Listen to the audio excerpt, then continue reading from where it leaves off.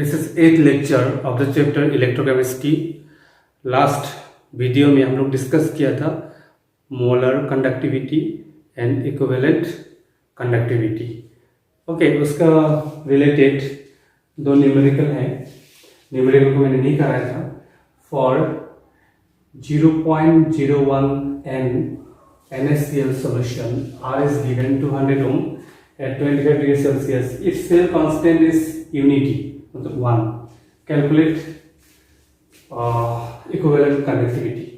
तो equivalent conductivity का formula क्या है? Equivalent conductivity is equal to conductivity into 1000 by n. ये तो मैंने बताया था कैसे आता है formula. And conductivity means conductance into cell constant. Constant cell constant 1 दिया हुआ है। Conductance means 1 by R. So 1 by 200. तो यहाँ से हम लोग 1 by 200 यहाँ पे पुट कर दिया in place of k। 1000 same है, n का वैल्यू दिया हुआ है, नॉर्मलिटी 0.01। तो कैलकुलेशन से क्या होगा 500। नेक्स्ट क्वेश्चन करना आप लोग खुद से करना, इजी है। For a deci normal solution resistance of electrolyte is 32 ohm. If distance between electrode is 1.8 centimeter and area of electrode is 5.4 centimeter square, calculate cell constant. ठीक है, cell constant specific conductance means conductivity. Specific conductance मतलब क्या है? Conductivity and equivalent conductance. Equivalent conductivity. Okay, so इसको खुद से solve करना। Next जितने भी टर्म्स है जैसे कंडक्टिविटी हो गया, मोलर कंडक्टिविटी व इक्विवेलेंस कंडक्टिविटी, ओके, कंसंट्रेशन से कैसे वेरिएशन होता है उसके लिए थोड़ा बहुत हम लोग को जानना है, बोर्ड के लिए भी इम्पोर्टेंट है। तो कप्पा यानी कंडक्टिविटी का डेफिनेशन क्या था?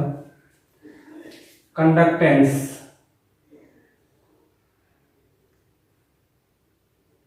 of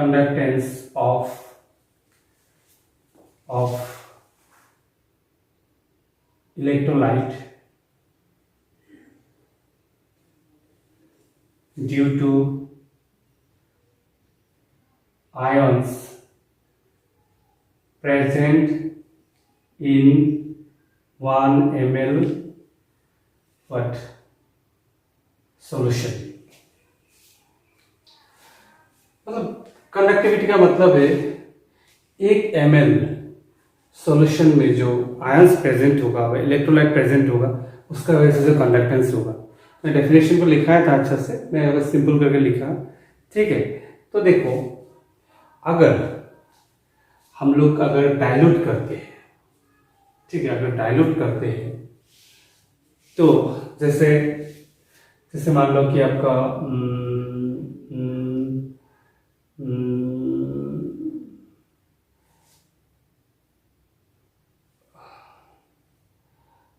अगर हम लोग डाइल्यूट करते हैं तो आयंस का डेंसिटी क्या हो जाएगा? आपका कम हो जाएगा, आयंस का डेंसिटी कम हो जाएगा। तो 1 ml सॉल्यूशन में नंबर ऑफ आयंस क्या हो जाएगा? कम हो जाएगा। तो कंडक्टिविटी क्या होगा? डिक्रीज कर होगा। तो कंसंट्रेशन डिक्रीज होने से आपका कंडक्टिविटी भी क्या होगा? डिक्रीज होगा। कंडक्टिविटी क्या होगा? डिक्रीज होगा। नेक्स्ट है आपका मोलर कंडक्टिविटी, पाई m। हम लोग स्ट्रॉन्ग इलेक्ट्रोलाइट के लिए भी देखेंगे और वीक इलेक्ट्रोलाइट के लिए भी देखेंगे। Pi m molar conductivity is equal to क्या था? कप्पा 1000 by m, है ना। लेकिन जब कंसंट्रेशन कम होता है, वीक हो या स्ट्रॉन्ग हो, कंसंट्रेशन अगर डिक्रीज होता है, कंसंट्रेशन डिक्रीज होने से आपका डाइल्यूट करने से ना, कंसंट्रेशन डिक्रीज मतलब डाइल्यूट करने से, मैं डाइल्यूट को भी लिख देता हूँ, डाइल्यूट करने से आपको क्या हो जाएगा? कप्पा क्या होगा? डिक्रीज होगा। थोड़ा देर पहले बताया मैंने, है ना, डिक्रीज हो जाएगा। लेकिन आपका वॉल्यूम बढ़ने से कंसंट्रेशन कम होना मतलब क्या? वॉल्यूम बढ़ना। वॉल्यूम बढ़ेगा तो आपका मोलारिटी क्या हो जाएगा? कम हो जाएगा। ये कम होने से क्या होगा? पाई m बढ़ेगा। ये दो फैक्टर है, एक हो गया डाइल्यूट करने से ये डिक्रीज हो रहा है, तो ये डिक्रीज होना चाहिए। लेकिन ये भी आपका क्या हो रहा है, आपका डिक्रीज हो रहा है। ये डिक्रीज होने से ये भी क्या होगा, इंक्रीज होगा। तो एक्सपेरिमेंटली देखा गया कि डाइल्यूट करने से आपका पायम क्या होता है, इंक्रीज होता है। कंडक्टिविटी डिक्रीज होगा डाइल्यूट करने से, बट मोलर कंडक्टिविटी क्या हो जाएगा, आपका इंक्रीज हो जाएगा डाइल्यूट करने से। सिमिलरली इसमें भी पाई ई जो है, इसमें भी सेम केस आएगा, 1000/n। एक बात याद करना, m या और n inversely proportional to volume. Volume बढ़ने से नॉर्मेलिटी व मोलरिटी डिक्रीज होगा। तो डिक्रीज होने से ये क्या होगा, इंक्रीज होगा। मतलब यहाँ पे प्रायोरिटी फैक्टर ये के से इसको प्रायोरिटी फैक्टर देना होगा। यहाँ पे भी कप्पा से क्या नहीं, कप्पा से m यहाँ पे प्रायोरिटी फैक्टर होगा, यहाँ पे भी कप्पा से प्रायोरिटी फैक्टर क्या होगा, n ज्यादा प्रायोरिटी फैक्टर होगा। तो इतना याद रखना, कोई भी इलेक्ट्रोलाइट हो, स्ट्रॉन्ग हो या वीक हो, ठीक है, हम लोग डाइल्यूट करने से आपका कंडक्टिविटी डिक्रीज होता है, but molar conductivity and equivalent conductivity आपका क्या होगा, इंक्रीज होगा। Very very important. हाँ, यहाँ पे एक इंपॉर्टेंट बात बोलना है मेनली, जैसे आपका अगर स्ट्रॉन्ग इलेक्ट्रोलाइट है तो उसका 100% डिसिशुएट होता है, ठीक है, 100% डिसिशुएट होता है। उसमें अगर हम लोग डाइल्यूट करते हैं तो नंबर ऑफ आयंस क्या नहीं होगा, बढ़ेगा नहीं, उतना ही रहेगा। 100% डिसिशुएट ऑलरेडी हो चुका है, ठीक है। तो उसमें क्या होगा, अगर डाइल्यूट करने से आयंस तो सेम है, लेकिन आपका मोलर कंडक्टिविटी व इक्विवेलेंट कंडक्टिविटी क्यों बढ़ता है, क्योंकि आपका डाइल्यूट करने से आयंस के बीच में डिस्टेंस ज़्यादा होता है, तो ट्रैफिक कम होता है, तो आपका कंडक्टिविटी, मोलर कंडक्टिविटी क्या होता है, ज़्यादा होता है, ठीक है। तो स्ट्रॉन्ग इलेक्ट्रोलाइट के लिए ग्राफ बनाते हैं, ठीक है। स्ट्रॉन्ग इलेक्ट्रोलाइट कॉन्सेंट्रेशन का ये कॉन्सेंट्रेशन है, ठीक है, √c लिया है, यार यहाँ पे है पाई मोलर कंडक्टिविटी। तो देखा गया स्टेप से है ग्राफ, स्टेप से। इसका मतलब है कंसंट्रेशन कम होने से मतलब डाइल्यूट होने से पाई का वैल्यू क्या होता है, बढ़ता है, लेकिन ज्यादा नहीं बढ़ेगा। हाँ, ऑलमोस्ट धीरे धीरे बढ़ेगा, क्योंकि डाइल्यूट करने से आपका आयंस के बीच में डिस्टेंस बढ़ता है, तो फोर्स ऑफ अट्रैक्शन कम होता है, तो मूवमेंट हमारा थोड़ा फास्ट होगा, लेकिन उतना भी फास्ट नहीं होगा। तो कॉन्सेंट्रेशन जब ऑलमोस्ट 0 है, ठीक है, तब मोलर कंडक्टिविटी मैक्सिमम है, उसको हम लोग ई पॉइंट को बोलेंगे कितना, पाई एम इनफाइनिटी। पाई एम क्या है, इनफाइनिटी, पाई एम इनफाइनिटी। जब कॉन्सेंट्रेशन 0 है तो पाई एम क्या है, इनफाइनिटी है। तो यहाँ से इतना मालूम चला, स्ट्रॉन्ग इलेक्ट्रोलाइट का डाइल्यूट करने से मोलर कंडक्टिविटी क्या होता है, इंक्रीज होता है। जब कॉन्सेंट्रेशन ऑलमोस्ट मतलब मैक्सिमम डाइल्यूशन होगा, इनफाइनाइट डाइल्यूशन होगा, तब कंडक्टिविटी को भी आप क्या बोलेंगे, पाई एम इनफाइनाइट मैक्सिमम। यानी इसको निकाल सकते हैं इससे, ग्राफ से, एक्सपेरिमेंट से। लेकिन अगर वीक इलेक्ट्रोलाइट होगा तो आपको क्या होगा, वीक इलेक्ट्रोलाइट होगा तो आपका डाइल्यूट करने से क्या होगा, फोर्स ऑफ अट्रैक्शन तो कम होगा ही, फिर डाइल्यूट करने से अल्फा का वैल्यू भी बढ़ जाता है, आयंस का डिसिशन ज़्यादा होता है, क्लास 11 में पढ़ा था। तो उसमें थोड़ा सा ग्राफ डिफरेंट आएगा। तब क्या आएगा, ग्राफ ऐसा होगा, कॉन्सेंट्रेशन √c पाई एम, ग्राफ ऐसा आएगा एक्सपेंशन। जैसे जैसे डाइल्यूट करेंगे बहुत हैवी अमाउंट में क्या होगा, मोलर कंडक्टिविटी बढ़ जाएगा, लेकिन यहाँ पे ना कभी भी अगर टच नहीं होगा। इस केस में पाई एम को निकालना बहुत डिफिकल्ट है, क्योंकि एकदम 0 कॉन्सेंट्रेशन आएगा ही नहीं, मतलब पाई इनफिनिटी नहीं मिलेगा। डायलेट करते जाओ कंडक्टिविटी बढ़ते जाएगा, ग्राफ से ऊपर उठते जाएगा। तो इसको सोल्व करने के लिए मोलर कंडक्टिविटी किसी भी, हाँ यहाँ पे ना एक इम्पॉर्टेंट बात है, यहाँ पे एक छोटा सा क्वेश्चन आता है, जैसे पाई, इसमें ना इस केस में स्ट्रॉन्ग इलेक्ट्रोलाइट के लिए पाई इनफाइनिटी मान लो HCl है, HCl के लिए, और पाई इनफाइनिटी, पाई एम इनफाइनिटी, यहाँ पे m दे देना, KCl के लिए। तो दोनों में वैल्यू किसका ज्यादा होगा, मान लो ये है तुम्हारा KCl का, पाई एम किसके लिए है, KCl। तो पाई एम HCl के लिए क्या होगा, ऐसा ग्राफ आएगा, पाई एम HCl। क्योंकि क्योंकि दोनों में देखो क्लोरीन कॉमन है, लेकिन यहाँ पे पोटेशियम है, यहाँ पे हाइड्रोजन है। हाइड्रोजन छोटा साइज का वजह से मोबिलिटी ज्यादा है। तो इसमें इस टाइप का क्वेश्चन आ सकता है। स्ट्रॉन्ग इलेक्ट्रोलाइट है, 100% डिसोसिएट हो रहा है, उसमें से आपका पाई एम इंफिनिटी मैक्सिमम किसके लिए ज्यादा है। 4 ऑप्शन दे सकते हैं, जेएमएस में ऐसा क्वेश्चन आ सकता है, लेकिन ये बोर्ड के लिए इंपॉर्टेंट नहीं है। तो यहाँ पे मेनली क्या है, जब वीक इलेक्ट्रोलाइट होता है तो उसके लिए आपका पाई एम का वैल्यू निकालना डिफिकल्ट होता है। तो उसके लिए हम लोग क्या है, ये जो कोरलस लॉ है, कोरलस लॉ, उसको यूज किया जाता है। ये बोर्ड एग्जाम के लिए भी इंपॉर्टेंट है। ये लॉ क्या बताता है, जैसे आपका पाई M infinity of acetic acid, acetic acid तो वीक है ना, एसिटिक एसिड, इसके लिए आपको निकालना है। तो उसके लिए क्या होगा, आपका पाई M infinity CH3 cation plus क्या है, पाई एम इंफिनिटी COO माइनस। मतलब कैटायन पार्ट और एनायन पार्ट का मोलर कंडक्टिविटी आपको सेपरेटली निकाल के, ठीक है, निकाल के हम लोग टोटल निकाल सकते हैं। यही है, this is called corals law. ठीक है, इसका एक न्यूमेरिकल कराता है तब और अच्छा समझ में आएगा। सो एक न्यूमेरिकल करते हैं, कोरलस लॉ यूज करके कैसे सोल्व करना है। तो देखो आपको दिया हुआ है conductivity, molar conductivity at infinite NaCl is equal to 125, HCl के लिए 420, CH3COO के लिए 90 एंड निकालना है आपको इसके लिए इनफाइनिटी एसिटिक एसिड के लिए, क्योंकि हम लोग एसिटिक एसिड वीक इलेक्ट्रोलाइट के लिए तो ग्राफ से हम लोग नहीं निकाल सकते हैं ना, एक्सपेरिमेंटली नहीं निकाल सकते। तो इसके लिए हम लोग क्या करेंगे, इसका पहले लिखते हैं। देखो इसके लिए पाई इनफाइनिटी करके बुक में लैम्डा भी दिया हुआ है, ठीक है, M NaCl,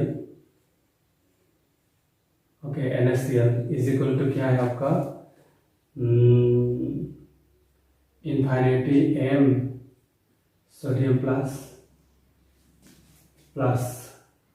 इनफाइनिटी M chlorine minus, इस कोई भी इलेक्ट्रोलाइट के लिए होगा, हाँ, इज इक्वल टू कितना है 125, ब्रैकेट देना है। फिर सेकेंड में मैं इस पार्ट को नहीं लिखूंगा, सेकेंड है आपका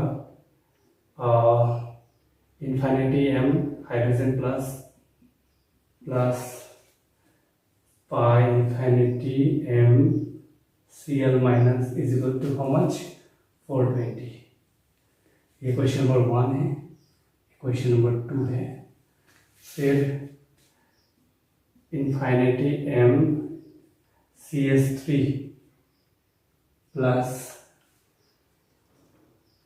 इनफाइनिटी आपको क्या आएगा COO,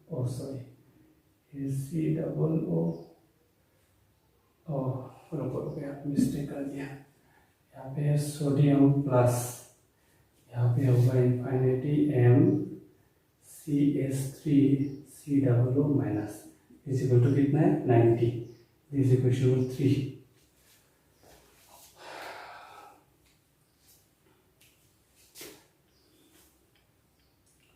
sodium, okay,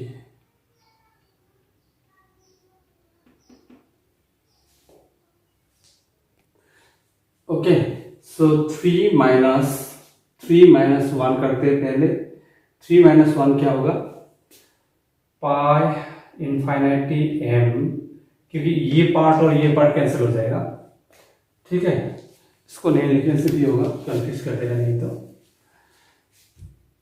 this part और दिस पार्ट सेम है तो कट जाएगा, ये माइनस वो होगा, means CH3COO minus pi इनफाइनिटी M CL minus is equal to क्या होगा 90 माइनस 125। फिर इसका सर 2 को प्लस कर दिया, 2 को प्लस कर दिया, 2 को प्लस करने से क्या होगा, हाँ ये और ये कैंसिल हो जाएगा, यहाँ पे प्लस है यहाँ पे माइनस है, तो फाइनली हम लोग क्या मिलेगा, यहाँ पे मैं लिखता हूँ, हाँ यहाँ पे हो जाएगा आपका प्लस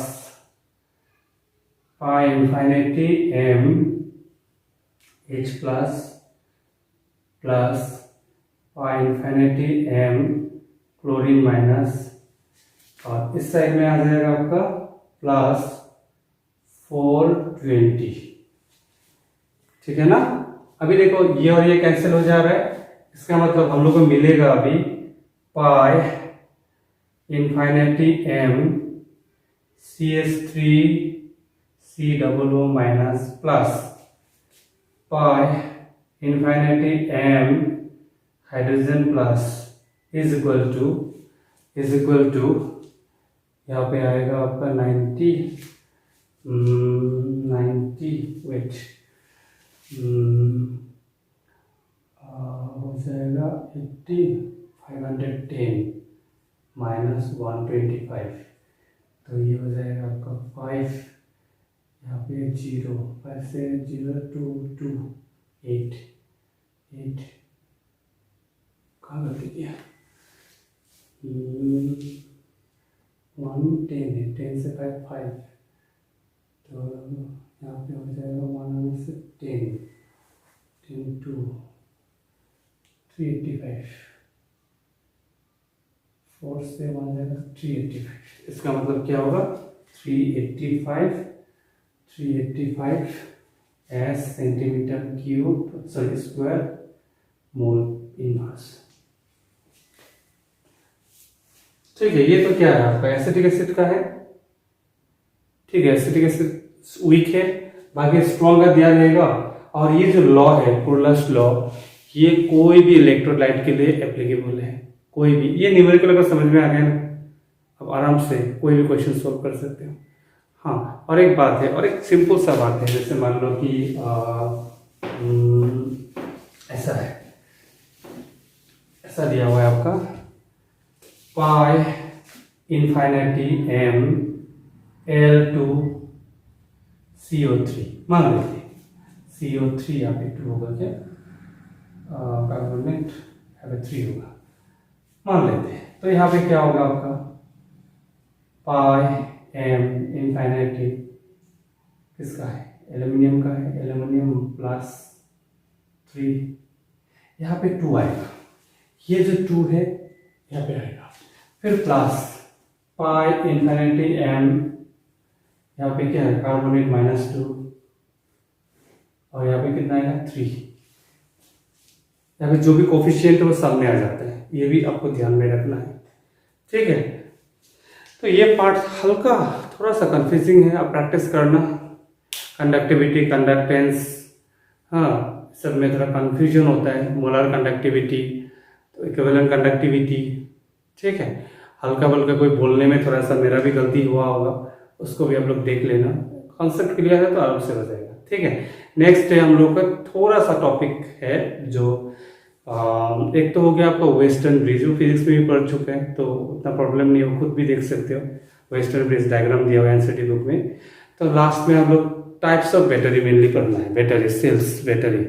तो एक प्राइमरी बैटरी होगा और एक क्या होगा सेकेंडरी बैटरी। बोर्ड में कभी कभी 1 या 2 मार्क्स का क्वेश्चन आ जाता है।